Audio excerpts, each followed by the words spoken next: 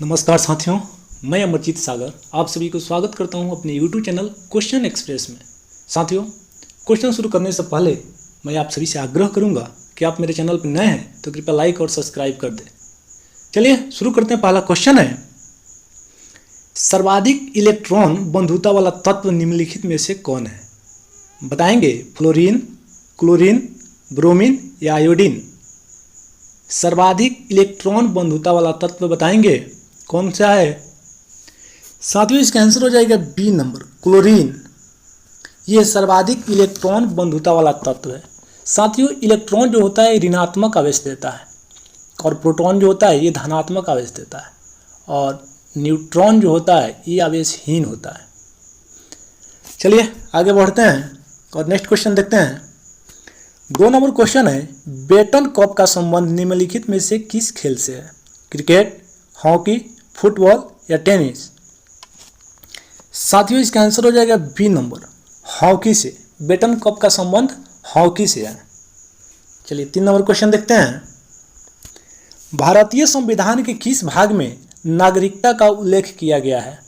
बताएंगे भाग 1, भाग 2, भाग 3 या भाग 5। साथियों, इसका भी आंसर हो जाएगा बी नंबर, भाग 2 में भारतीय संविधान में नागरिकता का प्रावधान किया गया है। भाग 2 में 1 में है संघ एवं राज्यों का वर्णन, याद रखेंगे। 4 नंबर क्वेश्चन देखते हैं। भारत के किस राज्य में कांग्रेस की सरकार पहली बार बनी थी? बताएंगे बिहार, तमिलनाडु, महाराष्ट्र या केरल। फटाफट बताएंगे साथियों, भारत के किस राज्य में कांग्रेस की सरकार पहली बार बनी थी? चलिए इसका आंसर हो जाएगा डी नंबर, केरल में। केरल में पहली बार कांग्रेस की सरकार बनाई गई थी या बनी थी। चलिए 5 नंबर क्वेश्चन देखते हैं।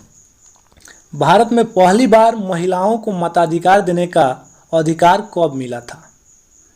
यानी बता दें आपको कि पहले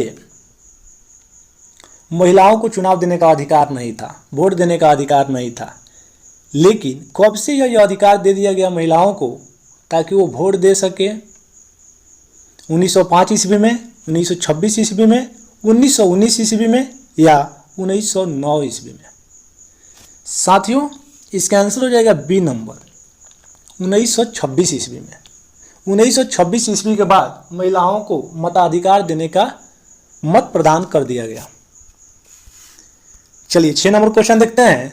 मानव के किस अंग को कैडमियम के प्रदूषण से रोग होता है? मानव के किस अंग को कैडमियम के प्रदूषण से रोग होता है? आंत, फेफड़ा, हृदय या गुर्दा। यानी सरल भाषा में आप समझे तो कैडमियम से किस मतलब रोग को, कैडमियम से किस शरीर के भाग को, किस शरीर के अंग को हानि पहुंचता है, प्रदूषित करता है? तो साथियों, इसका आंसर हो जाएगा डी नंबर, गुर्दा को। यानी आपकी किडनी को, ब्रिक को, या किडनी कहें, ब्रिक कहें या गुर्दा कहें, बात सेम ही होता है। उसको ये हानि पहुंचाता है कैडमियम। चलिए 7 नंबर क्वेश्चन देखते हैं। भारत में निर्वाचन आयोग की स्थापना निम्नलिखित में से किस वर्ष की गई थी? 1909 ईस्वी में, 1950 ईस्वी में, 1935 ईस्वी में या 1952 ईस्वी में। बताएंगे साथियों, भारत में निर्वाचन आयोग की स्थापना कब की गई थी? तो इसका आंसर हो जाएगा बी नंबर, 1950 ईस्वी में। चलिए 8 नंबर क्वेश्चन देखते हैं। किस अनुच्छेद के तहत संसद को संविधान में संशोधन करने की शक्ति प्राप्त है? बताएंगे 352, 370, 368 या 324। साथियों, इसका आंसर हो जाएगा 3 नंबर, 368 में।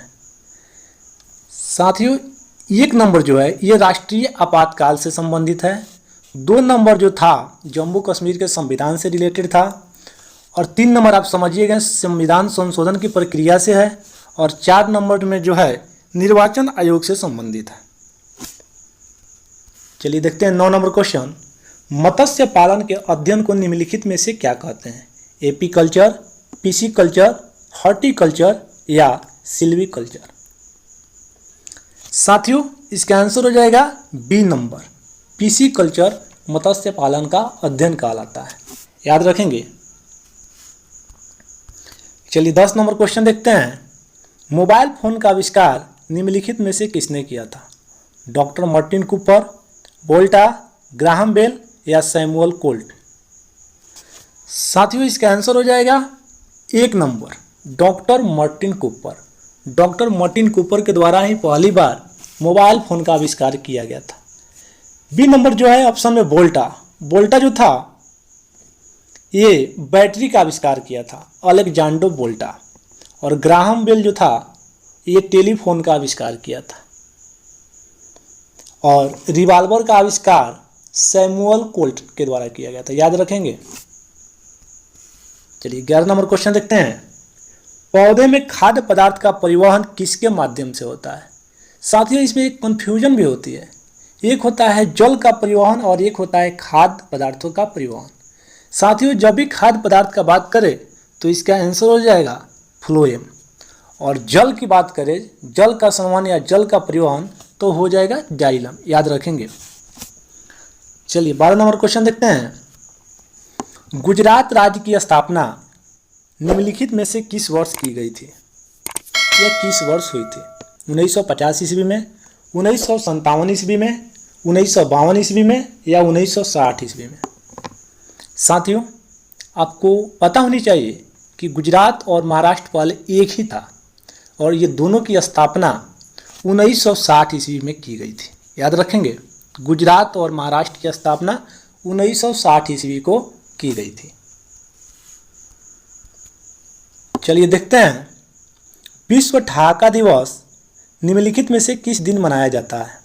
10 अक्टूबर, 10 जनवरी, 10 दिसंबर या 10 मार्च? साथियों इसका आंसर हो जाएगा बी नंबर, विश्व ठहाका दिवस 10 जनवरी को मनाया जाता है, याद रखेंगे। 14 नंबर क्वेश्चन देखते हैं। हमारी छोड़ी गई सांस में कार्बन डाइऑक्साइड की मात्रा कितना प्रतिशत होता है? 3%, 2%, 1% या 4%? बताएंगे साथियों, हमारी छोड़ी गई श्वास में कार्बन डाइऑक्साइड की प्रतिशत यानी मात्रा कितनी होती है? तो साथियों इसका आंसर हो जाएगा डी नंबर, 4%।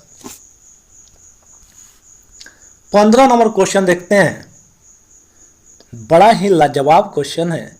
नेपाली सैनिक को निम्नलिखित में से किस नाम से जाना जाता है? जवान, गोरखा, याकी या जानबूल? बताएंगे साथियों।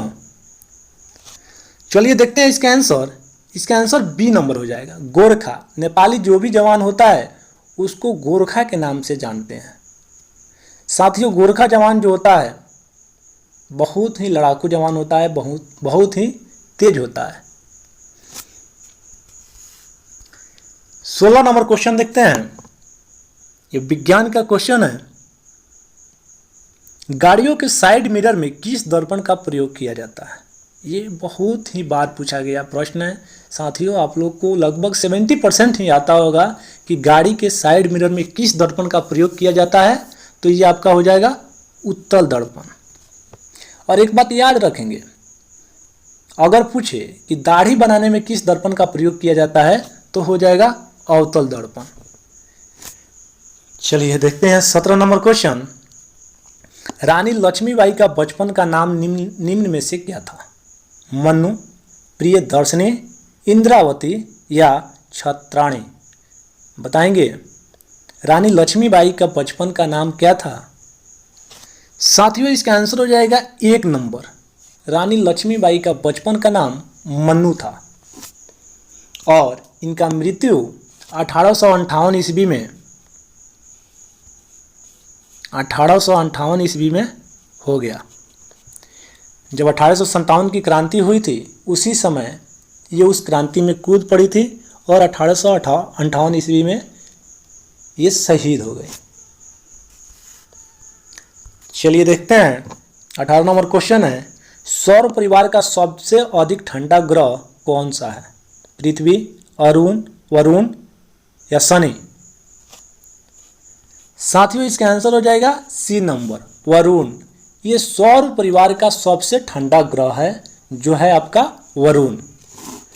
साथियों पृथ्वी को नीला ग्रह के नाम से भी जाना जाता है। 19 नंबर क्वेश्चन देखते हैं। भारत में सबसे पहले रेडियो का प्रसारण कब किया गया था? 1917 ईस्वी में, 1939 ईस्वी में, 1945 में या 1927 में? साथियों इसका आंसर हो जाएगा डी नंबर, 1927 ईस्वी में भारत में सबसे पहले रेडियो का प्रसारण किया गया था। चलिए 20 नंबर क्वेश्चन और लास्ट क्वेश्चन देखते हैं। लेप्चा जनजाति निम्नलिखित में से किस भारतीय राज्य की है? सिक्किम, झारखंड, छत्तीसगढ़ या राजस्थान? बहुत ही इंपॉर्टेंट क्वेश्चन है, बताएंगे लेप्चा जनजाति किस राज्य की जनजाति है? साथियों इसका आंसर हो जाएगा 1 नंबर, सिक्किम की। प्यारे साथियों, अगर यह वीडियो आप सभी को अच्छा लगा हो, हेल्पफुल लगा हो, तो आप मेरे चैनल को लाइक करें, आप मेरे वीडियो को लाइक करें, सब्सक्राइब करें तथा अपने प्यारे मित्रों के साथ शेयर करें। साथियों इसी तरह का मॉक टेस्ट मैं डेली लेके आता हूं और आशा करता हूं कि आप सभी को अच्छा लगता होगा। साथ साथ मैं ये भी कहूँगा कि कोरोना महामारी से बचाएं और जब भी बाहर निकले कृपया आप मास्क लगा के ही निकलें।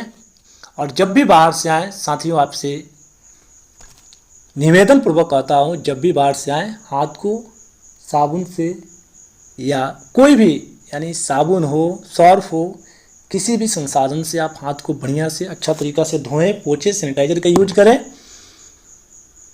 आप ये समझिए कि आपके सामने वाला, आप किसी से भी बात करें, आप ये समझिए कि आपके सामने वाला कोरोना पॉजिटिव है, तो आप उससे एकदम दूरी बना कर रखें, यानी आप एकदम क्वारंटाइन हो जाएं, आपको बाहर निकलने की कोई आवश्यकता नहीं है। साथियों हो सकता है कि संसाधन की कमी के कारण जान भी जा सकती है, ये ऐसा महामारी चल रहा है। और मैं आपसे यही कहूँगा कि आप बचें, परिवार को बचाएं, गांव समाज को इस सब के बारे में बताएं, डिस्टेंस के साथ बताएं, इस महामारी के बारे में जो भी आपको ज्ञान है उसको शिक्षित करें, लोगों को शिक्षित करें, बैठे ना रहें, बताएं कि ऐसे ऐसे है, ऐसे ऐसे हालातें हैं भारत की, यहाँ पे ऐसे न्यूज है, यहाँ पे ऐसे न्यूज है, यहाँ पे इतना लोग मर रहा है, तो लोग डरेगा, है ना। तो आप लोग कोशिश करेंगे, लगातार अपने प्रयास जारी रखेंगे और आप लोग सुरक्षित रहें, सेफ रहें। चलिए अगले नेक्स्ट मॉक टेस्ट में मिलते हैं, तब तक के लिए आप सभी को जय हिंद, जय भारत, वंदे मातरम। आपका दिन शुभ हो।